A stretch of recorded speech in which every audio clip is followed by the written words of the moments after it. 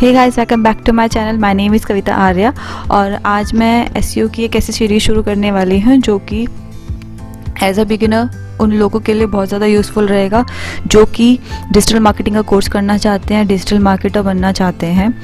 और ये कोर्स करने के बाद आप लोग फुल टाइम एसईओ का कोर्स भी फुल टाइम एसईओ भी कर सकते हैं। साथ ही साथ पार्ट टाइम अगर आपको एसईओ की सर्विस एज अ फ्रीलांसर किसी को देनी है तो आप वो भी दे पाएंगे।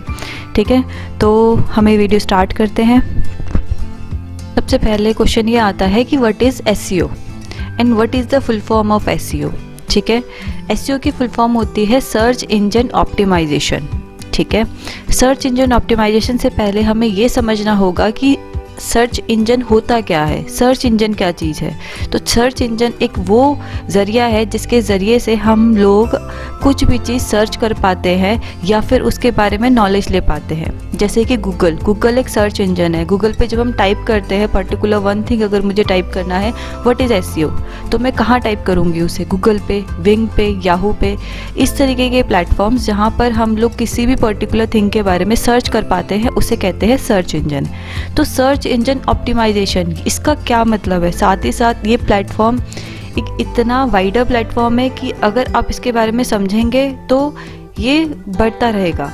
ठीक है, बेसिक नॉलेज हम हर चीज़ की ले सकते हैं, सर्च इंजन ऑप्टिमाइजेशन की ले सकते हैं, मगर एक्चुअली क्या होता है कि इतना ज़्यादा चेंजेस आ रहे हैं, इतना ज़्यादा जो है हम लोग आगे बढ़ते जा रहे हैं, तो हमारे पास उस तरीके के सॉफ्टवेयर नए नए आते रहते हैं और ये इतना ज़्यादा वाश है कि अगर आप पढ़ने जाएंगे तो इसमें बहुत कुछ है और करंटली इसमें चेंजेस होते रहते हैं। ठीक है, तो ये कोर्स इस तरीके का है कि यहाँ आपको डेली अप टू डेट रहना पड़ता है। ठीक है, अब सबसे पहले हम पढ़ते हैं बेसिक्स। हम समझना बहुत ज़्यादा ज़रूरी है। किसी भी चीज़ को समझने से पहले उसका बेसिक समझना बहुत ज़्यादा ज़रूरी होता है। तो एसईओ क्या होता है? SEO stand for search engine optimization which is the practice of increasing the quantity and quality of traffic to your website through organic search engine results. अब ऑर्गेनिक क्या होता है मैं आपको सबसे पहले बता देती हूँ। ऑर्गेनिक एक वो चीज़ होती है जिससे कि हम लोग मेहनत करके, अपना कंटेंट पे काम करके अप्रोच करते हैं ऑडियंस को कि ऑडियंस हमारा कंटेंट देखे या हमारे कंटेंट को पसंद करे। ठीक है, ऑर्गेनिक वो वे होता है जहाँ पर हम एक्चुअल मेहनत करके हम वर्क करते हैं। और ऑर्गेनिक से हट के जो नॉन ऑर्गेनिक होता है वो चीज़ें होती हैं जहाँ पे हम पेड एडवर्टाइजमेंट करते हैं, लोगों तक पहुँचते हैं, ऑडियंस तक पहुँचते हैं। ठीक है, तो ऑर्गेनिक वे में अपने ट्रैफिक को क्रिएट करना, उनकी क्वांटिटी बढ़ाना, उनकी क्वालिटी को बढ़ाना, इसे ही कहते हैं सर्च इंजन ऑप्टिमाइजेशन। ठीक है, अब हमें आता है कि where search engine optimization is used, कहाँ यूज़ होता है और क्यों इसकी इतनी इम्पॉर्टेंट है। देखो, किसी भी कंटेंट को बनाने से पहले उसका सर्च इंजन ऑप्टिमाइजेशन करना बहुत ज़्यादा ज़रूरी होता है। ट्रेंड में क्या है, क्या वो चीज़ ऑडियंस को पसंद आएगी, क्या हम रिलेटेड ऑडियंस तक पहुंच पाएंगे, क्या मेरी ऑडियंस उस पर्टिकुलर कंटेंट को पसंद कर रही है। ये सारे क्वेश्चंस हम कवर अप करते हैं कहाँ पे? सर्च इंजन ऑप्टिमाइजेशन पे। और ये यूज़ कहाँ होता है? ये हर जगह यूज़ होता है। आप ऑनलाइन कोई भी प्लेटफॉर्म देखिए, सर्च इंजन ऑप्टिमाइजेशन हर जगह पर होता है। जैसे कि मानते हैं यूट्यूब पे एसईओ किया जाता है, इंस्टाग्राम पे एसईओ किया जाता है, फेसबुक पे एसईओ किया जाता है। आप वेबसाइट क्रिएट कीजिए, वेबसाइट पे एसईओ किया जाएगा। फॉर एग्जांपल, मैं यहाँ पे एक एग्जांपल देती हूँ कि अगर आप चाहते हैं एक वेबसाइट क्रिएट करना जो कि रिलेटेड है पर्सनल केयर प्रोडक्ट्स का, तो पर्सनल केयर प्रोडक्ट्स के लिए ऐसे कौन से कीवर्ड्स हैं, ऐसे कौन से कीवर्ड्स यूज़ किए गए हैं सर्च इंजन में जो कि मुझे बहुत ज़्यादा यूज़फुल है। अगर मैंने अपने कीवर्ड्स में यूज़ करे, मैं अपनी वेबसाइट्स में यूज़ करती हूँ तो मुझे वो हेल्पफुल रहेगा।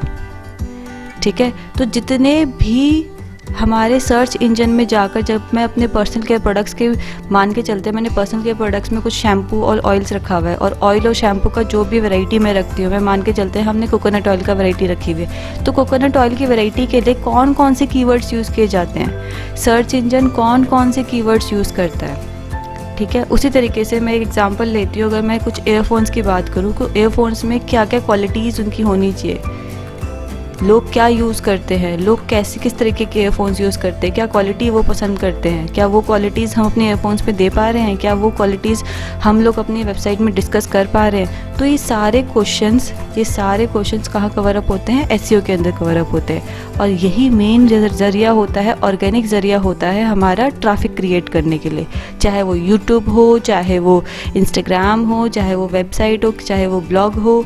आप एक ब्लॉगर हैं तभी भी आपको एसईओ की ज़रूरत पड़ेगी। तो एक एसईओ एक ऐसा सर्विस है जो कि हर किसी ऑनलाइन प्लेटफॉर्म पे सर्विस देने वाले की नीड है, ठीक है। और ये करियर एक ऐसा करियर है जो कि ऊंचाइयों पे है, अभी फ़िलहाल के लिए तो बहुत ज़्यादा ऊंचाइयों पे है, और आने वाला जो टाइम दिखा रहा है, जो टाइम चल रहा है, उसमें एसईओ की डिमांड बहुत ज़्यादा आने वाली है। और मैं पहले भी आपको बता चुकी हूँ, मैं दोबारा बताऊँगी कि एसईओ में चेंजेस डेली होते रहते हैं।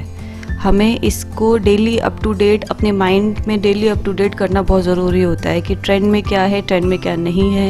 ये सारी चीज़ें बहुत ज़्यादा वाइडर है, बहुत ज़्यादा वाश है, और ये बहुत ही ज़्यादा कॉम्प्लेक्स भी है। जैसे जैसे हम आगे पढ़ेंगे वैसे वैसे हम समझेंगे। अगर आप मेरे चैनल पे नए हैं तो प्लीज़ मेरे चैनल को सब्सक्राइब ज़रूर कीजिएगा और बेल आइकन प्रेस ज़रूर कीजिएगा, ठीक है। अब एसईओ कितने तरीके से होता है? एसईओ 2 तरीके से होता है, on page SEO, of page SEO. अभी हम जिस टॉपिक के बारे में बात करेंगे वो पढ़ेंगे ऑन पेज एसईओ के बारे में।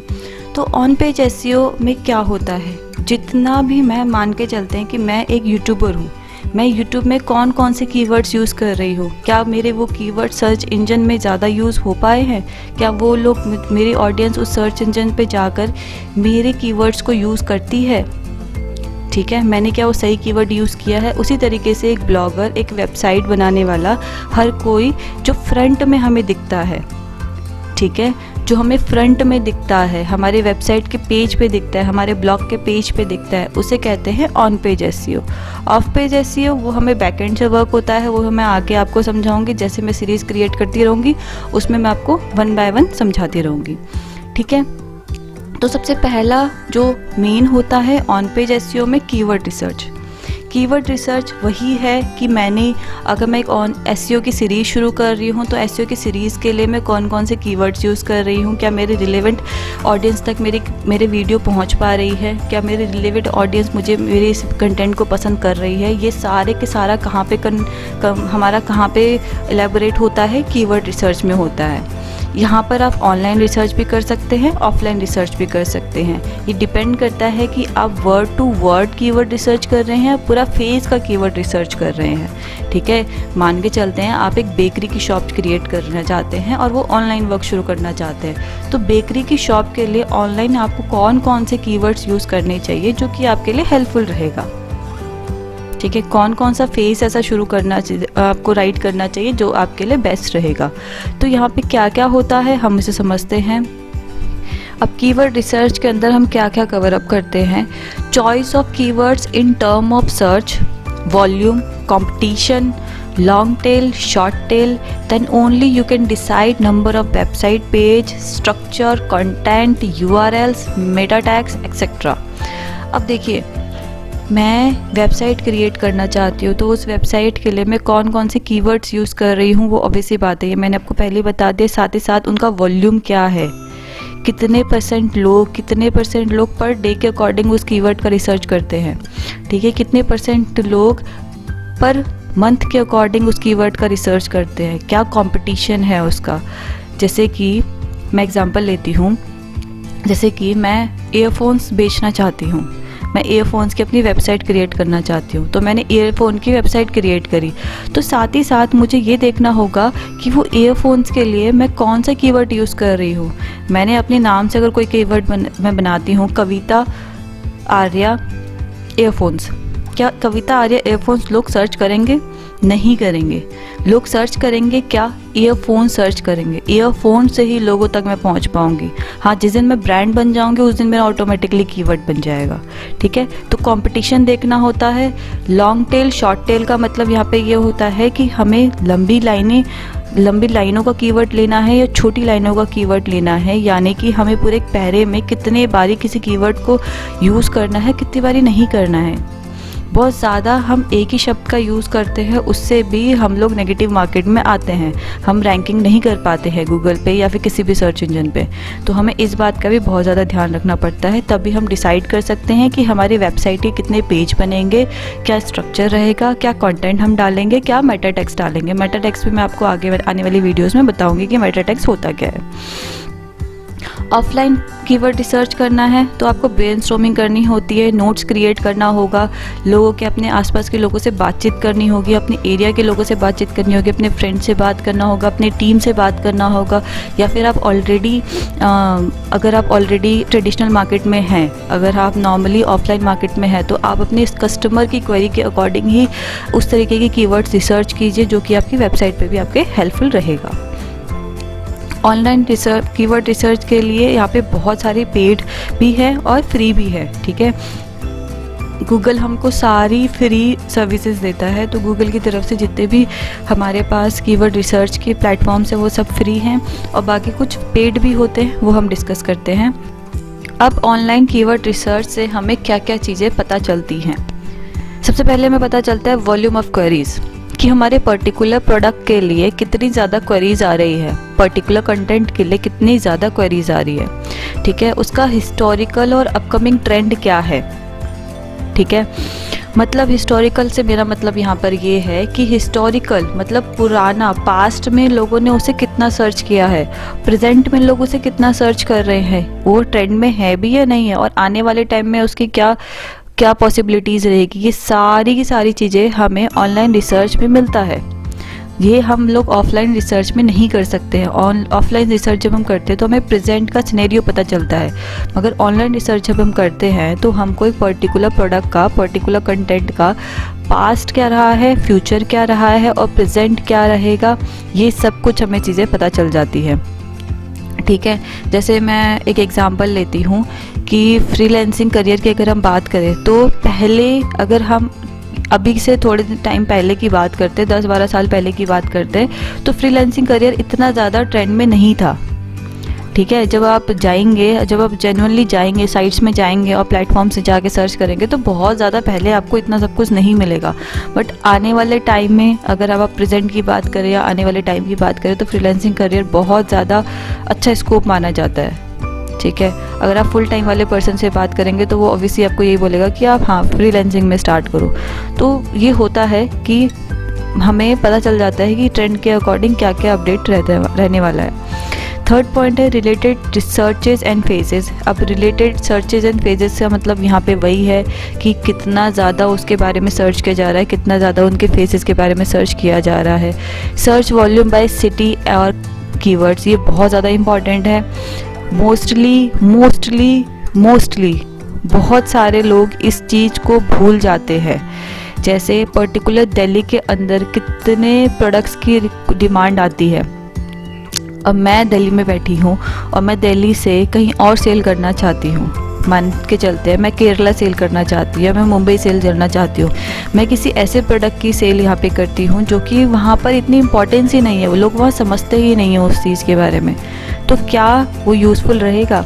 एक एग्जांपल लेते हैं, मैं एक वेबसाइट क्रिएट करती हूँ जो कि हिंदी में होती है, और क्या वो हिंदी साउथ साइड चलेगा? नहीं चलेगी। तो हमें सर्च वॉल्यूम में ये भी चेक करना है कि क्या उस सिटी में उस पर्टिकुलर प्रोडक्ट का, पर्टिकुलर कंटेंट का कितना रिक्वायरमेंट है भी या नहीं, ठीक है। साथ ही साथ हमें quality of keywords and many more states, और हमें साथ ही साथ हमें क्वालिटीज़ तो देखनी ही है साथ ही साथ कीवर्ड्स की, ठीक है। अब कौन कौन से प्लेटफॉर्म्स में हम चेक कर सकते हैं। अगर आप लोग ये चाहते हैं कि मैं आपको पर्टिकुलर 1 to 1 हर एक प्लेटफॉर्म पे चेक करके दिखाऊं, तो मैं वो भी दिखाऊंगी। उसके लिए आपको मुझे कमेंट करना होगा या फिर मुझे डीएम करके मुझे बताइए कि आप एक पर्टिकुलर प्लेटफॉर्म पे मुझे करके दिखाइए कि किस तरीके से हमें एसईओ करना है, किस तरीके से हम आगे काम कर सकते हैं इसमें, तो मैं वो भी आपको बताऊँगी। पर उसके लिए आपको मुझे प्लीज़ कमेंट करना होगा और मेरे चैनल को सब्सक्राइब कीजिए अगर आप नहीं हैं तो। अब हम प्लेटफॉर्म्स के बारे में डिस्कस करते हैं, किन प्लेटफॉर्म्स से हम ऑनलाइन कीवर्ड रिसर्च कर सकते हैं। सबसे पहला प्लेटफॉर्म आता है Google keyword planner. Google keyword planner एक ऐसा प्लेटफॉर्म है जो फ्री है, साथ ही साथ यहाँ पे आप हर तरीके की हर तरीके का प्लान कर सकते हैं कि एक पर्टिकुलर कीवर्ड का हिस्ट्री में क्या रिजल्ट रहा है, प्रेजेंट में क्या रहा है, पास्ट में क्या होने वाला है, किस सिटी में, किस स्टेट में वो कीवर्ड बहुत ज़्यादा यूज़ किया जा रहा है, कौन सा फेज़ ऐसा है जो कि आपको अपनी वेबसाइट में, अपनी वीडियो में यूज़ करना चाहिए, कौन सा कीवर्ड ऐसा है जिसमें ज़्यादा वॉल्यूम रखते हैं, बहुत ज़्यादा लोग उसे प्रेफरेंस देते हैं। तो ये सारा का सारा आप कीवर्ड प्लानर में इजीली चेक कर सकते हैं। साथ ही साथ सेकंड एक ऐसा प्लेटफॉर्म है जो कि आपको रीसेंट जो मार्केट में चल रहा है उसके बारे में बताता है, गूगल ट्रेंड्स। गूगल ट्रेंड्स के लिए आपको गूगल में trends.google.com ये टाइप करना होगा, आपके पास एक URL आ जाएगा अपने आप ही सबसे फ्रंट में, और उस पर चेक करके आपको जो भी ट्रेंड में चल रहा है अभी के लिए मार्केट में, अभी जो भी ट्रेंड में चल रहा है वो आपको सब कुछ यहाँ से पता कर सकते हैं। गूगल ऑटो कंप्लीट एक वो चीज़ होती है जिससे कि आपको पता चलता है कि रीसेंट सर्च किसके बारे में बहुत ज़्यादा होता है। जैसे आप गूगल पे जाएंगे, गूगल सर्च इंजन पे जाएंगे, तो आप जब सर्च इंजन पे क्लिक करते हैं किसी भी पर्टिकुलर थिंग के बारे में, कि जैसे आपने टाइप किया व्हाट इज़ SEO, तो SEO से रिलेटेड जितने भी लोगों ने कुछ टाइप किया होगा, रिलेटेड टू SEO लोगों ने जितना भी कुछ टाइप किया होगा वो नीचे आपके पास 1 by 1 आता रहता है, तो उसको कहते हैं गूगल ऑटो कंप्लीट। ठीक है, और साथ ही साथ सैमरस है, एफ्रेस है, ये दोनों ही प्लेटफॉर्म्स पेड हैं। ठीक है, ये पेड प्लेटफॉर्म्स है और यहाँ पर भी आप लोग ट्रेंड यूज़ कर सकते हैं। मगर एक बिगिनर है और अगर आप SEO के लिए जॉब कर रहे हैं, SEO एग्जीक्यूटिव हैं, कहीं पे आप SEO एग्जीक्यूटिव तरह जॉब कर रहे हैं, तो ये पेड सर्विस को यूज़ करने के लिए आपको कोई नीड नहीं है। आप नॉर्मली गूगल की हेल्प से भी आप बहुत ज़्यादा कुछ अचीव कर सकते हैं। बहुत ज़्यादा ज़रूरी नहीं होता है कि आपको पेड सर्विस ही लेनी पड़े, बट पर्टिकुलर फिर भी मैं आपको 2 ऐसी वेबसाइट बता रही हूँ जिससे जहाँ से आप पेड भी चेक कर सकते हैं, पेड वेबसाइट्स भी चेक कर सकते हैं।